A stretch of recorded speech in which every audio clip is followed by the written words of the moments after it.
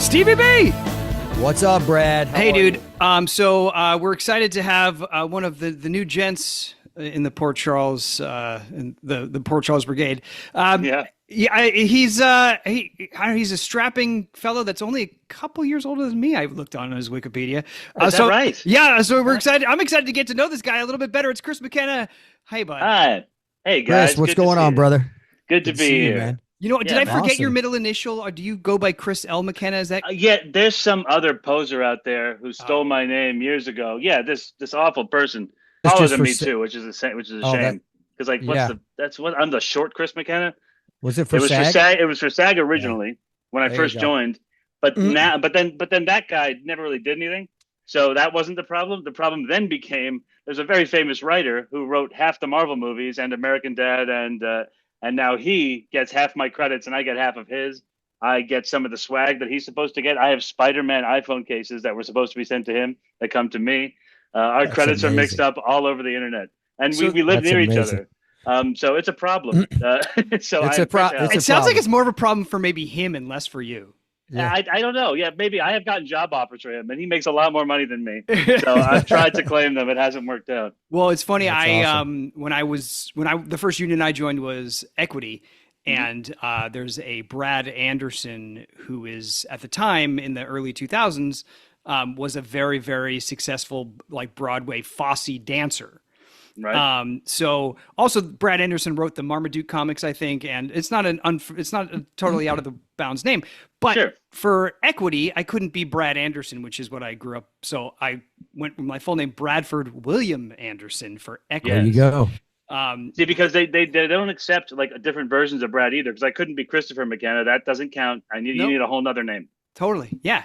So, but when I joined SAG, that Brad Anderson stayed on the stage. He didn't come into screen. So I dropped the middle name for good riddance. TV work, but it's still a mouthful. I realized that Bradford Anderson's a mouthful. Anyway. I think it's great. Thanks, buddy. I think it's great on the marquee. Okay. First question. I saw on Instagram that you charted the first steps of your child. Did that happen this morning?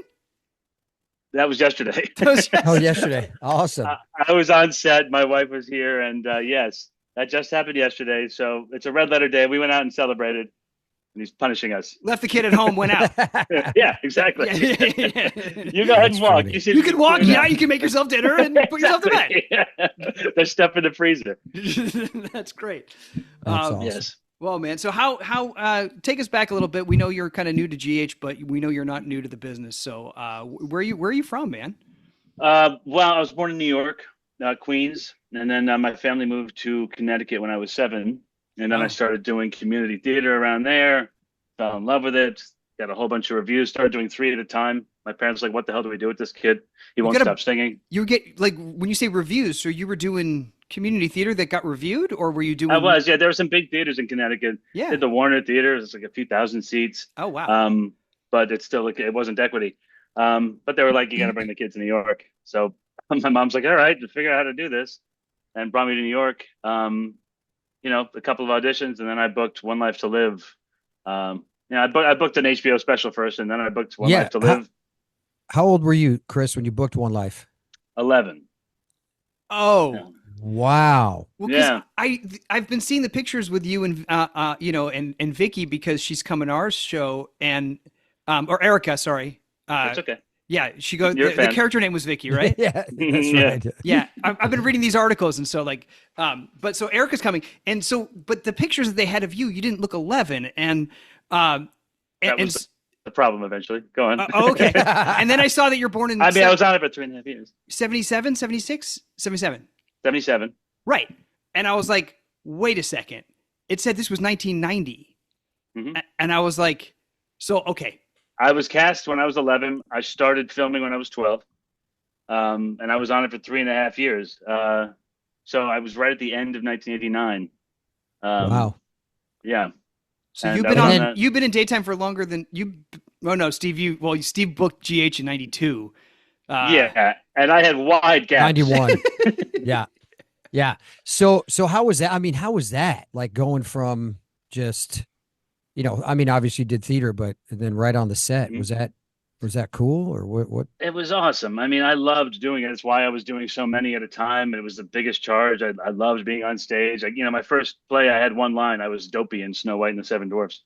And I just said, I love you, Snow White. It's the last line of the play. Huge applause. And I'm like, oh, I'll do this forever. This is it. Yeah. That's so, awesome.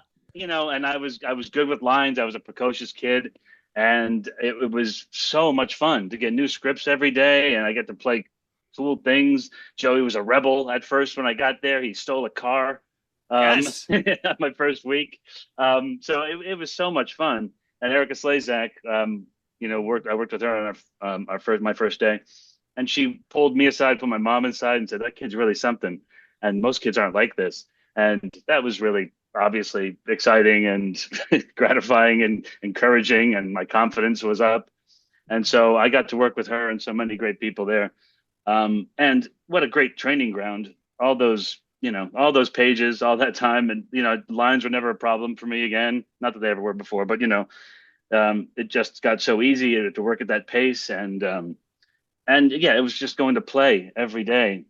It's awesome. It was a really great experience. How did that affect your growing up? Would you say? Oh, screwed me all up. Really? Or is that a joke? I don't know. Okay. I mean, I hung out with a lot of adults. I was like not in school, Right. and it was after at the time. There were no tutors on set. I was on my own. So it definitely like put a strain on the school relationships. I was in Connecticut going, getting special treatment, missing all of this school, which didn't sit well with a lot of teachers or students. Sure. Yeah. So, I had but then I would hang out in New York and hang out with all the adults who thought I was great. And I loved going to work, and I could identify with adults more. And I was, so I had this split world until I eventually left normal high school in Connecticut and went to the professional children's school in New York for a year. Yeah. Right. Nice. And that was really cool to finally be around other people who were doing things that not everyone was doing, and to not feel like an outcast and to not feel like resented. Of course.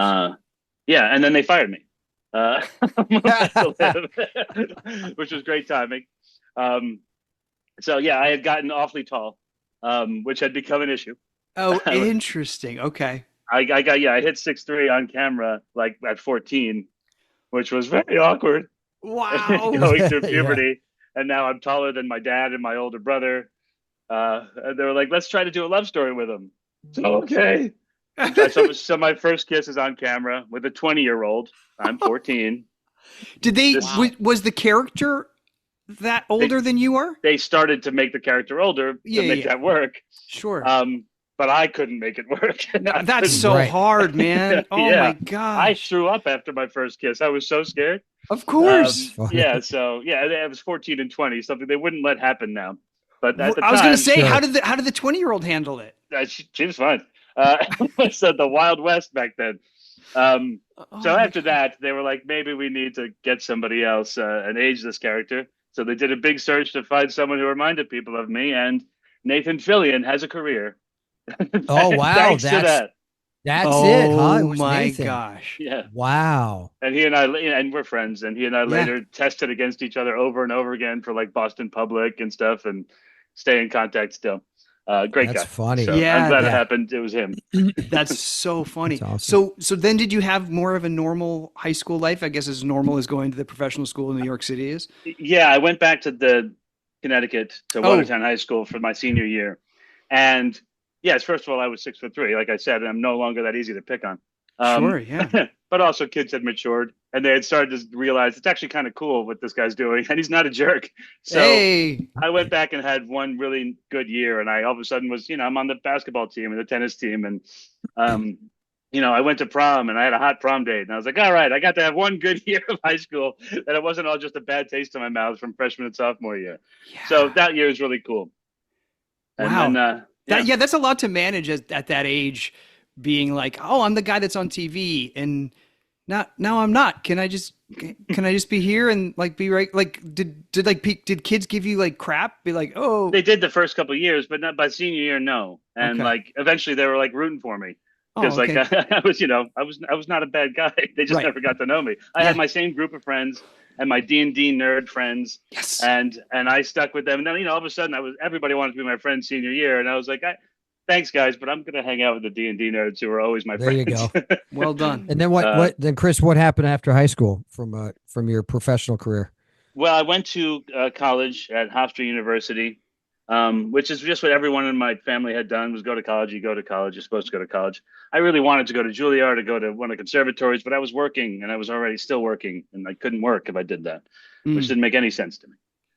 So I went to Hofstra, and I didn't apply myself at all. I didn't attend classes.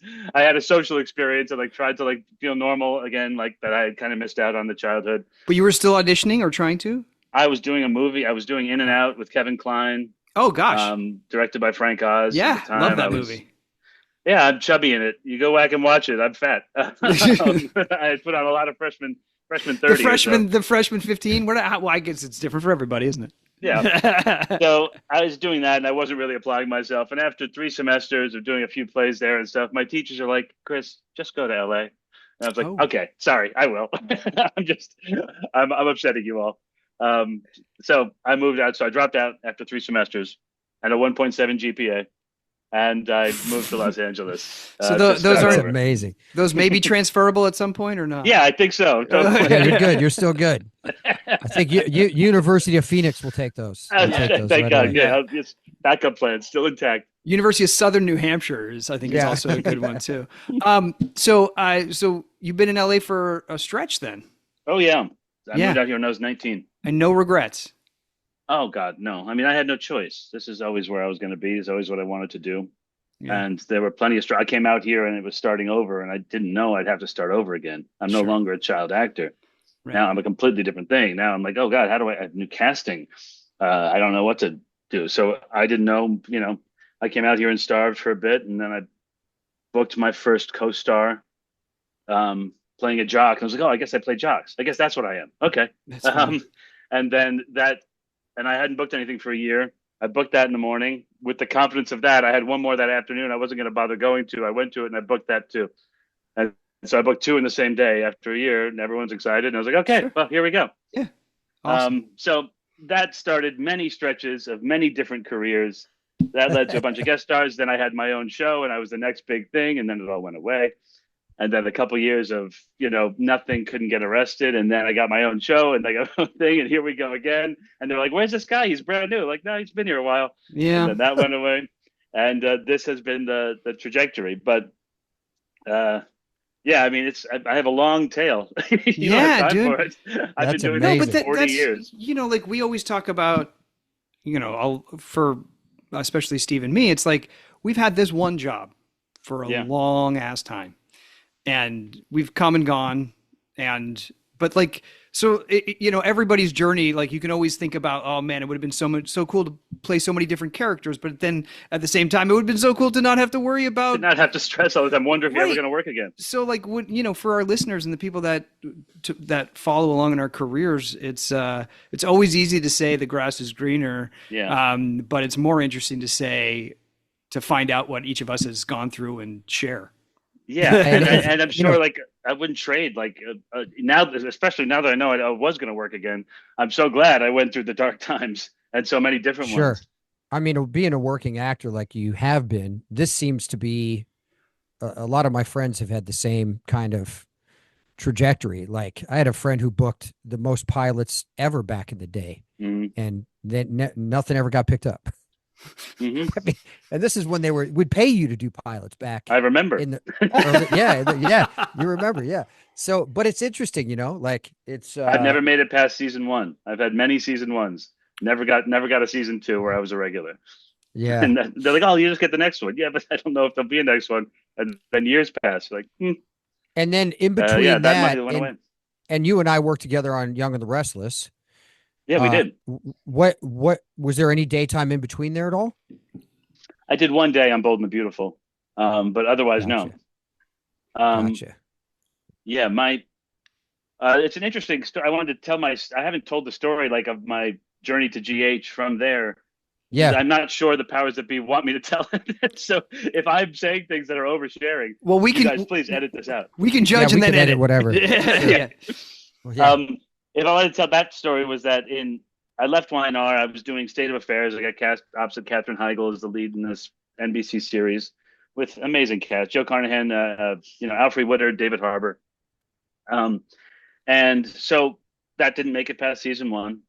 Next big thing, next George Clooney. Yeah. Season 1 season done. And then I bounced around a bunch of different television shows for a couple of years. And I did start wondering, when is Frank Valentini going to give me a call? Oh, right. Because he was ASM on One Life to Live. Right. Yeah. I was going to say when like what in his journey at One Life, where was that? He was an ASM. Okay. He was an ASM there, and he always looked out for me. He was like a favorite guy. I've run into him at the Emmys. I run into him at mess hall, at like restaurants nearby. And he's always so gracious, and he knows I'm working, and he sees me, and and I was like, why didn't he kick the tires? Just take a look. Anyway, so around 2018, I get a call. I think it's about that, and my manager calls and says, GH just called. They want to know if you'd be interested in returning to daytime, and if so, would you like to read with Laura Wright? And I said, I'd love to, and I would love to read with Laura Wright. That'd be great. Yeah. They said, great, hang tight. I hang tight. Nothing ever goes away. Okay, well, hey, at least they know. They remember I'm there. Yeah, for sure. 2019 comes. I get a call from my manager saying, hey, GH just called. They want to know if you'd like to read with Laura Wright. I said, I'd love to. They said, great, hang tight. I hang tight, nothing happens. Okay, so now fast forward ahead a few years. A year and a half ago or so, I get a call saying, hey, GH just called. Yeah. They don't want you to read with Laura Wright. They just want us to send in all the tape you have on being a spy or an international man of mystery. And I go, well, great, because that's one thing I do a lot of. Send in State of Affairs, send in Lucifer, send in NCIS. They go, okay. They look at the tape. We hear back, oh my God, incredible, great, wow. Chris isn't going to have to read. Hang tight. You're probably getting an offer to play a spy opposite Laura Wright on General Hospital. I go, sounds great. I hang tight. Nothing happens. And I go, okay, well, Frank just won't do it. He won't even look at me. He won't even take a look. Just let me in the room, Frank, one time. Right. I just have to assume he can only think of me as Joey Buchanan, or he just always hated me and hid it well. So I forget about it. I go, GH is never calling. That's the end of it. I'm not, whatever. So we have a baby. I'm nesting. I go visit my family in Connecticut for a month, showing the baby. Get back to town January 3rd on a Sunday. I get a call from my manager saying, listen, GH just called. Yeah. They want to know if you want to read with Laura Wright. I go, why do they even bother doing this? They're not going to see me. What's the point of this? Well, at all the times that they'd asked you to read with Laura, did it ever get to the reading part? Never. That was the last call I got on all those occasions. Right. They always evaporated. Okay. Yeah, whatever. Sure. But then my manager said, sorry, I know, I don't want to bother you with this, but I had to tell you. He calls back a few hours later and goes, no, something must have happened. They really want you there. They really want you there Tuesday. I go, really? So this is happening. I'm reading with Laura Wright Tuesday. I'm going to see Frank in front of Frank, first time in 30 years. That's happening Tuesday, day after tomorrow. Like, yes, I will be there. And so that is how I got to the chemistry read with Frank, see some writers who knew me from One Life to Live. They're all talking about how Joey Buchanan. I'm like, stop talking about Joey Buchanan. and now that Eric is coming, it's got to be all over again. But now you're established. Okay. Exactly. Yeah. Frank, when I was done, I could see the look on Frank's face, and he went, you were not this good when you were 14. And when he called me, I could tell he said, I was just so surprised. And then he stopped and said, well, I saw your tape. I wasn't surprised, but I was just so pleased. Anyway, he couldn't picture me doing it until he saw me. So isn't that funny? Yes. Yeah. That's how it all worked out the way it did now. Right. I didn't know that all that time. And you also didn't know at the time that it was or maybe you did, that it was a recast potentially. Knew nothing. Not until I already got the offer. Yeah. I just knew something happened. Well, that's first of all, that's a great story. But Brad, why don't we just jump into the questions that we have for Brennan here? I mean, why not? Well, I mean, so we have a couple people that that work with us that really watch the show. So they sometimes things that we don't think to ask, we cover ourselves by making sure we know what our people would want to hear. We wouldn't even know what to ask. Right. So, but I mean, I'm going to summarize. I'm going to summarize one of them, but just kind of coming out of your story. Now that you got, the buildup to working with Laura has been something. So, yes. I mean, how is it working with Laura? Oh, I mean, it's great. I mean, I'm sure Steve can attest. I mean, she's fantastic to work with. Yeah. I, I've, I didn't. I mean, I knew her credentials and stuff, and I knew we would have chemistry because I knew we'd get along. I still remember getting along with her back in the day, even though it was a long time ago. I knew we still would. But she's such a powerful actress and communicates so well and work at the same speed and is so connected and is so with you in every scene. So it's perfect. I couldn't have asked for anything more. Um, and so supportive right away. She was so, rooting for me in the corner. She saw me in the hallway and ran up and hugged me and said, "Good luck." Right. Um, Had you? I'm sorry. You said you knew her from before. Is that just from the soap community in New York? From she was the on night? Loving. I was on One Life to Live. Okay. And Steve, were you on GH back then? 90, I was, 91 yeah. too? Yep. 91. Yep. So we would see each other at events. I remember we went to the White House together. I see you in the Yep. picture that was hanging on my wall. Oh, that's so funny. Yeah. That's So, amazing. we would do Make-A-Wish Foundation softball games. Sure. She liked to pitch. I liked to catch. So she would always be the pitcher, the catcher. We were the combination, undefeated. Some things never change. Undefeated. Yeah. That's right. That's awesome. So yeah, I did. Yeah. I did know her back then. Yeah. Okay. Yeah. We hung But out. you couldn't have had a better actress to come into a story, even considering that it was a recast and whatever, to have her on your team, man. She's Yeah. awesome. You She's never really have great. you never have to worry about her buying in, right? No. Like She's No. committed 100,000. right, you could come into a situation and the partner could be like, "Man, I really like the guy. My partner really liked the guy before me and isn't going to give me the time of day." That's never going to happen with Laura. No, I could be a lamppost and she would have chemistry with me, and it would be. She's fantastic. She's a juggernaut. Yeah. So, Very but lucky. some story related questions, which you may or may not be able to answer. I don't know. So the question that we got is it's look almost like a fork in the road question. It's like, will there be a proposal soon? Is number one, Oh my. or number two, Oh, will the end of Carly and Brennan be when she learns that you recruited Joss into WSB? That's quite the secret. Well, hold on. Okay. The Yeah, first thing is, Chris, hold on. I didn't even know you guys were that serious. Were you serious enough for a proposal? I don't think we're not using the L word yet. Oh, Oh, okay. So I think we're that's a not little near a premature. proposal. Okay. A little No, premature. but Jack's Okay. definitely, he's swimming in it. Okay. I don't think we're near a proposal yet. you know, I if could be wrong. you ever get to that point, you have to ask Jason for permission. You know that, I'm right? sure I do. I don't think that's going to bode well either. I think a proposal would be premature, especially he better lock her up quick before she finds out about Joss. That I Right. get this on paper. Is Because, Yeah, is that secret? Like, I mean, how bad will it be if it comes out? When it comes out, it's going to come out at some point, I imagine. well, it's giving the actors anxiety being around us. Eden says that she gets anxiety every time we talk about it. Every day on set, Laura goes, "Oh, I'm going to kill you." So I would say Not we don't great. know what the writing is going to be, but oh yeah, she's Okay. going to be very, very mad. So give me just a couple, a quick Cliff Note version of she killed because I have no idea. We don't watch the show. I know. So yeah, so like she killed Cyrus, and then what was the process of you recruiting her, and then because I think you framed me, didn't you? I did, but I knew it wouldn't thanks, stick. brother. So no problem, Oh, man. okay. It didn't stick. I Okay, did you a thanks, favor. man. Thanks, dude. Thanks, bro. Oh, you did me a favor. Okay, thank Yeah. you so much. Nice for you to pal with Yeah. friends like you. Appreciate that.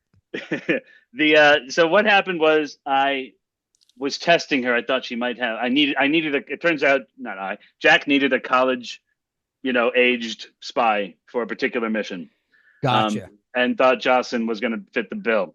So he wanted to see if she would pick up the clues, and so he was dropping breadcrumbs to get her to find Cyrus's cabin. He did not expect her to be able to get a gun and kill him herself. That wasn't his plan. So as a result, so he kind of accidentally led her into doing that. So he covered it up for her. He was very clear on the fact that he would still cover for her, even if she didn't want to join the WSB. Whether people believe that or not, up to you. But he did say that repeatedly. And so then he inducted her in. He claims he didn't manipulate her. However, he did know how exciting it was going to be to her. He knew she was in a vulnerable state. And figured she would say yes, and so she did.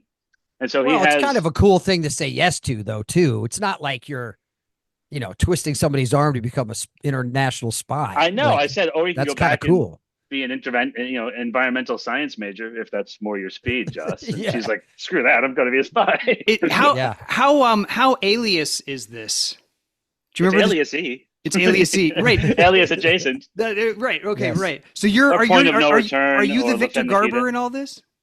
I would like to think so. Fabulous actor. But La Femme Nikita too. I would be the Gabriel Byrne in that. Hey, that's pretty good too. Yeah. So yes, cool. That is the archetype we're going for, and Eden is so excited about it.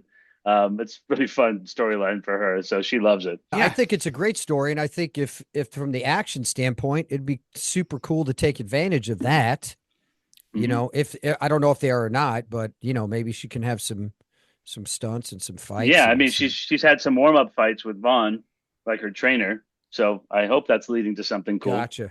Cool. Yeah. Awesome, man. Yeah. One of the questions that we had was, in your situation now, working with the younger actors, do you see yourself in a mentor position? But then I was like, Eden's been working for how many years on this show? Eden's been working forever. Yeah. She doesn't need a mentor, but it is different that I'm playing this kind of a role that she isn't used to playing. And I've played CIA agents and FBI agents, D agents for many years now. And I take CIA training because I played the CIA agent on a show written by CIA agents, it's like sniper training, all this stuff. So there are a few things that I'm using and that, I bring to the role that it kind of works, that she and Vaughn get to see who the guy in charge is telling you how serious this is. And we're not playing romper room here.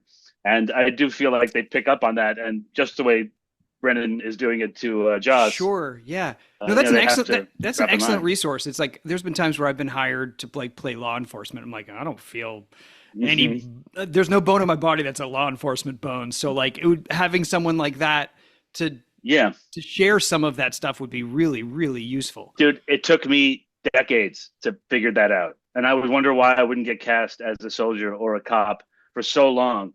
And deep down, I just didn't buy myself. Right. It took a long time to buy it. Yeah, that's part of it for sure. Because I'm a singing, dancing wood nymph. I'm not a tough guy. I have to look like one. That's amazing. So that took a lot of work to figure that out. But I finally got people to believe me. I was like, I believe myself. I finally get it. There you go. You're right. That's a prerequisite, I think. Yeah. Now I just need to believe that I can be a dancing, singing, whatever you said. In reverse. Wherever I go normally, not even as an actor, are you a law enforcement? Are you in the military? Right, exactly. No, I'm not. No, I'm a dancing, singing woodman. Leave me alone. Amazing. Well, so That's having awesome, been man. on daytime in different kind of eras, shall we say, how do you find? I mean, the pace that we're doing now is probably is different from any other pace you've worked at. Different's the word, yeah. And as we know, not everybody can survive doing that. So, and also being a new dad, congrats on that. And how are you managing it all? Poorly. It's been great. Yes, it's much faster. It's even on Y&R 12 years ago, I don't know if they've changed since COVID, because I know that adjusted a lot of people, but they were fast, faster than I was used to. And this is much faster than that. It's an adjustment, but I'm really comfortable working at this. I enjoy it. I like it. It's how I learned how to do this. Granted, One Life wasn't as fast back in the 90s, but I still got this many pages in a day, and it's still exciting and fun. And as long as you're working with people who also feel the same way, you can still do amazing stuff. Everybody on a soap opera is doing an impossible job. The writers, the directors, the script writers, the production design, the actors. So if you're with people who have bought in and are up for it, it's so much fun. And to come back to this at this point in my life, after I've sowed my oats and I've proven to myself many things, and I have, I don't mean sow my oats, I mean, metaphorically. Yes. And I've played all these roles that I, wanted to play, and I proved things to myself. It's so cool to feel like I'm coming back to a place that feels like home. I know, kid. And with Frank with Full Circle, with Frank, Gary Tomlin, who directed me on One Life to Live, Bruce Cooperman, the cameraman, Bruce, Laura. It's incredible. And now Erica. Is that? Have you seen her in a while? I haven't seen her in 35 years, but we've stayed in contact through email, and she sends me Christmas cards. And that's sweet. Yeah, and I heard she's awesome. I hear she's amazing. Yeah, had you ever met her before, Steve? Back in the day? I briefly, but not. I'm looking forward to get to talk to her and watch her work. Man, she was one of the greatest. I know it was such a privilege, and it helped me so much to be able to spend 3 years there playing her son. All right, Spencer wants to be on camera. Hold on. All right. Okay, let's go. Let's do it. Let's bring it, buddy. Let's go. Come on, man. Snap time. Are you ready for Stone Cold? Yeah, buddy. Oh, buddy, look at that face. Hey, He's kid. like, whoa, that guy's scary. Are you in law enforcement? What's going on? Meet Steve. He's in law enforcement. There's Bradford. He's a dancing, singing something. Wouldn't it? Oh my God, man! He's no. That's how most people get when they see our show. Okay. Yeah. Well, thanks, man. Chris. Thanks for taking the time. I know. I know you got fun. a lot, juggling a lot, so we appreciate it. No problem. All right. Thanks, man. All right, bye. Bye, all right, Spencer. Thank you. Bye. See you at Thanks, work, man. buddy. All right. Okay, Thanks, man. man.